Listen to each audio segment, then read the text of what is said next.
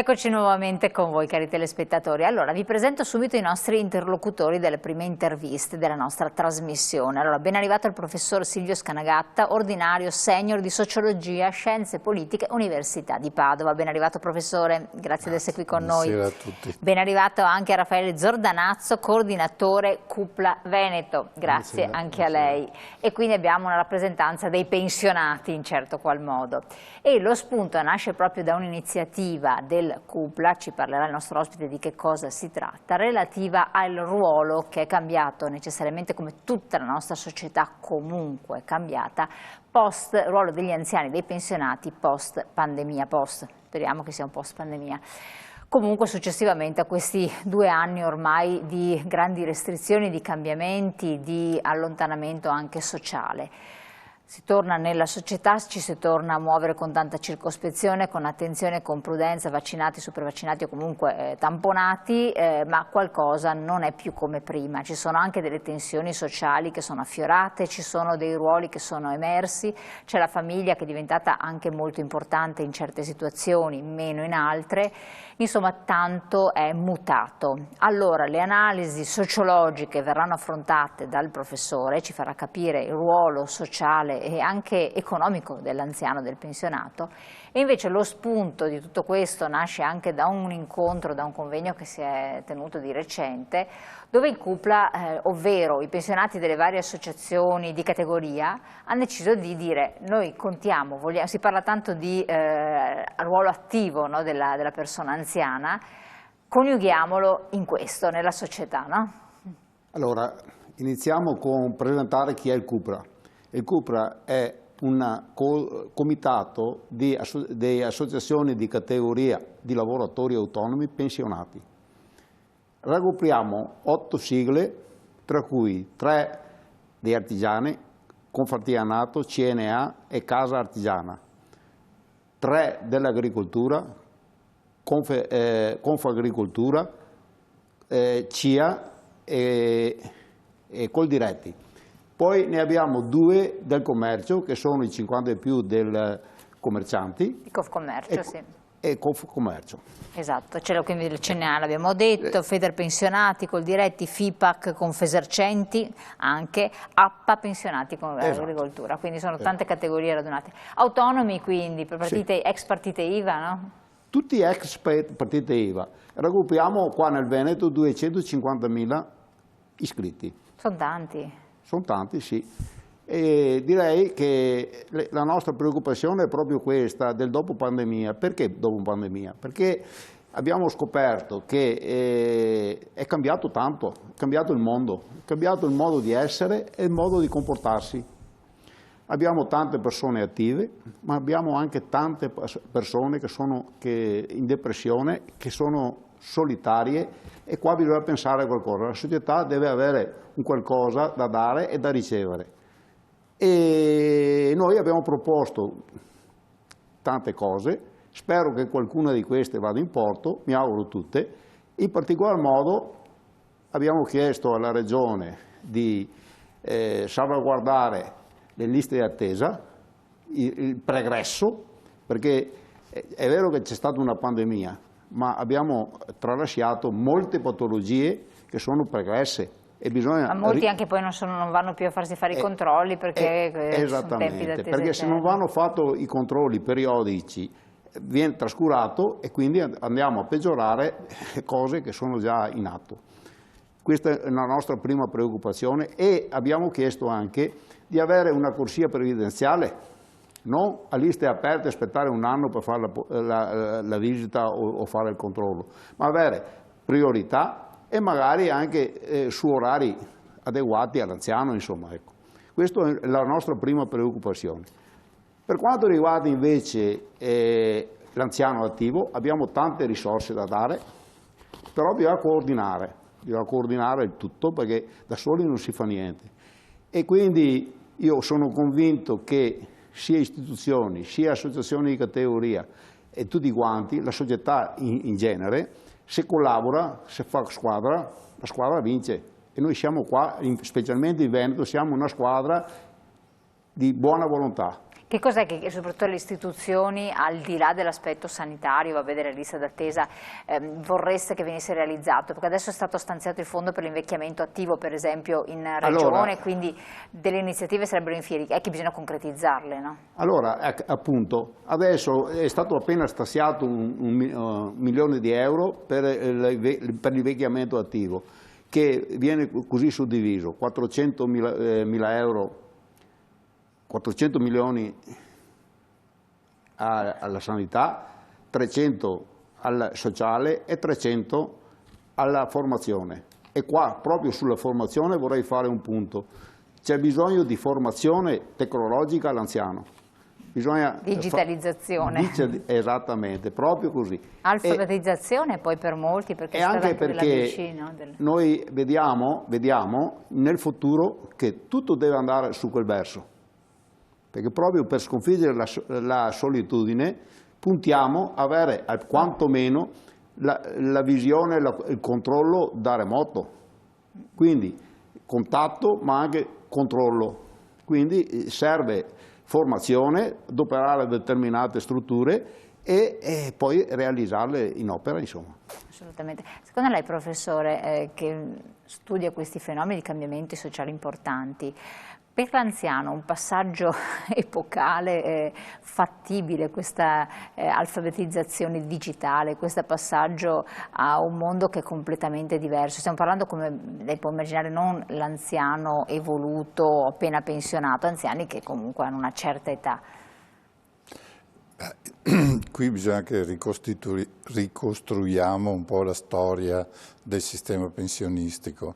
Il sistema pensionistico è nato quando c'erano fasce popolari, specialmente operaie ma anche contadine, che arrivavano a una certa età con un consumo di energia e di capacità che era molto avanzato, molto grave e molto intenso. Per cui il sistema di pensionamento era una garanzia che non fossero abbandonati a se stessi, che avessero comunque la possibilità anche di sopravvivenza ma anche di vita in generale. Con la pandemia invece quello che risulta sempre più evidente è che il sistema pensionistico non arriva necessariamente alla fine delle capacità dell'individuo. Diciamo così, il lavoro usurante, tanto per capirci, però che sono molto usuranti anche lavori non fisici come quelli impiegatizi dove il burnout, cioè uno non ce la fa più a reggerli, o quelli psicologici, cioè ci sono tanti livelli di lavori usuranti, però molte persone non arrivano alla fine dell'età di lavoro con questa drasticità, prima lavoro e poi zero, come invece è l'attuale sistema che si è un po' bloccato da questo punto di vista. Arrivano all'età pensionabile e per fortuna con il prolungamento dell'età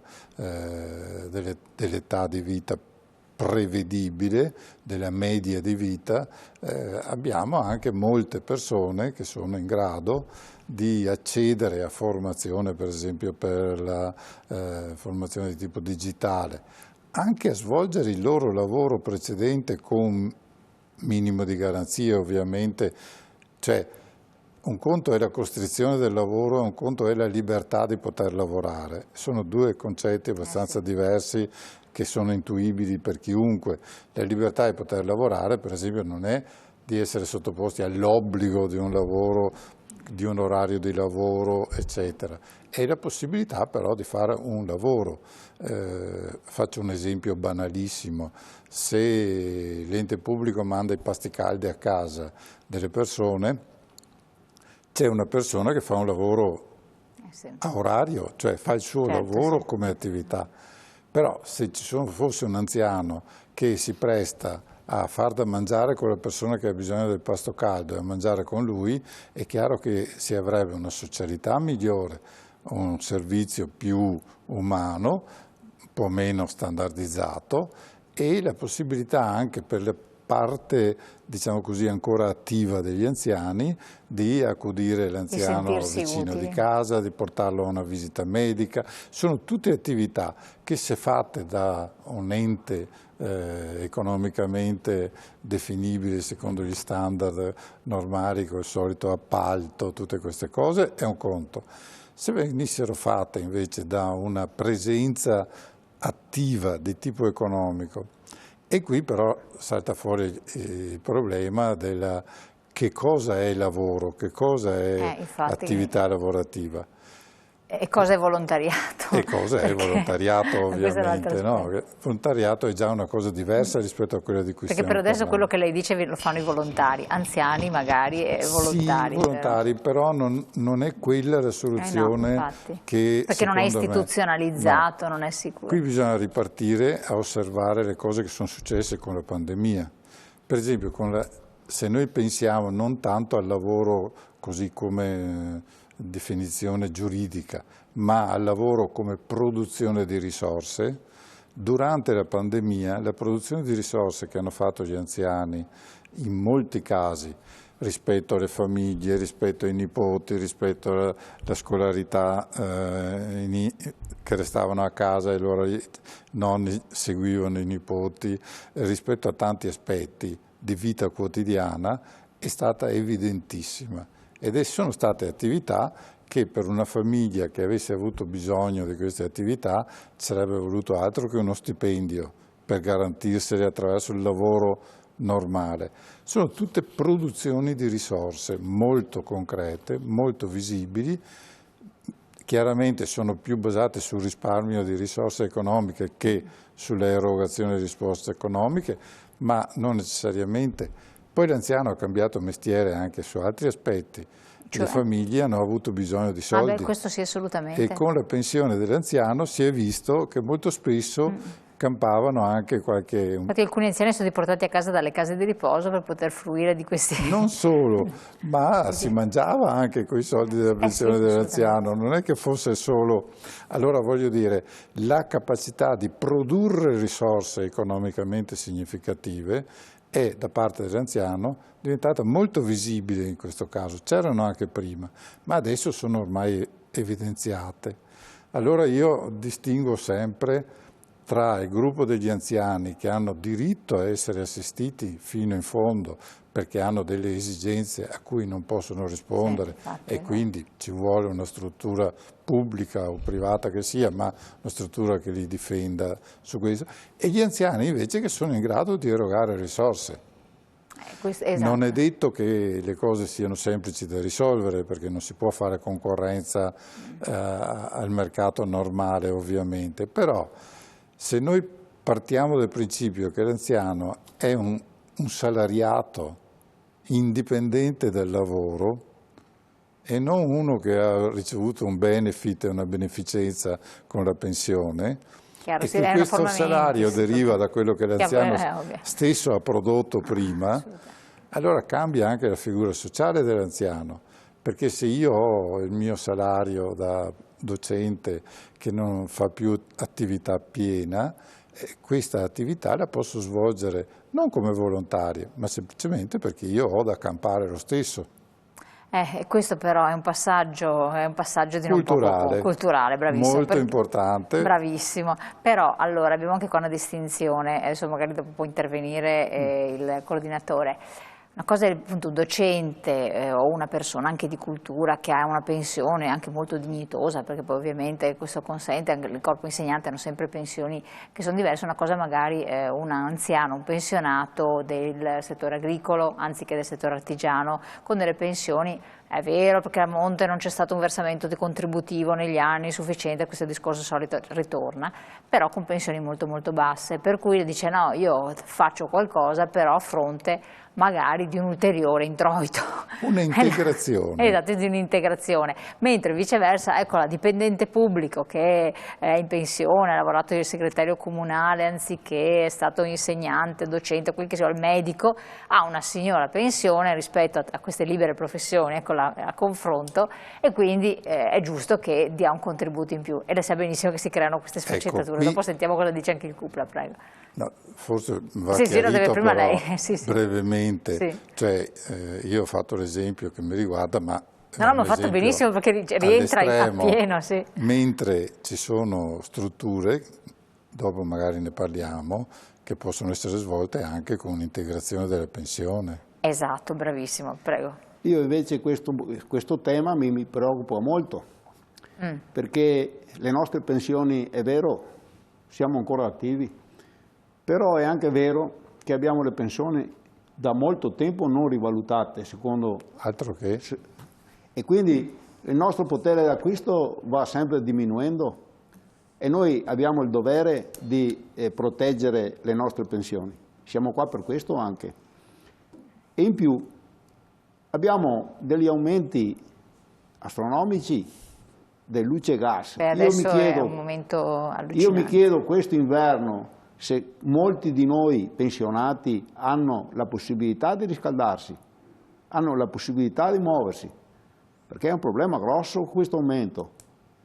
Se pensiamo che la maggior parte delle pensioni sono sotto le 1.000 euro, non so come fanno a vivere e riscaldarsi o muoversi magari per dovere con la macchina, se hanno i soldi di buttare dentro 10 euro di benzina oppure di pagare la bolletta della luce e gas con questi aumenti. Abbiamo aumenti astronomici, non si può accettare questi aumenti e non rivalutare in base a Istat le pensioni. E questo è il punto. Poi sicuramente noi siamo ancora anche artigiani attivi, siamo persone che nella società sono inseriti in tutti i campi, noi facciamo il volontario, a prescindere, noi siamo volontari silenziosi, nascosti, però siamo attivi, capito? Però io devo difendere i miei più deboli e la parte debole è in difficoltà.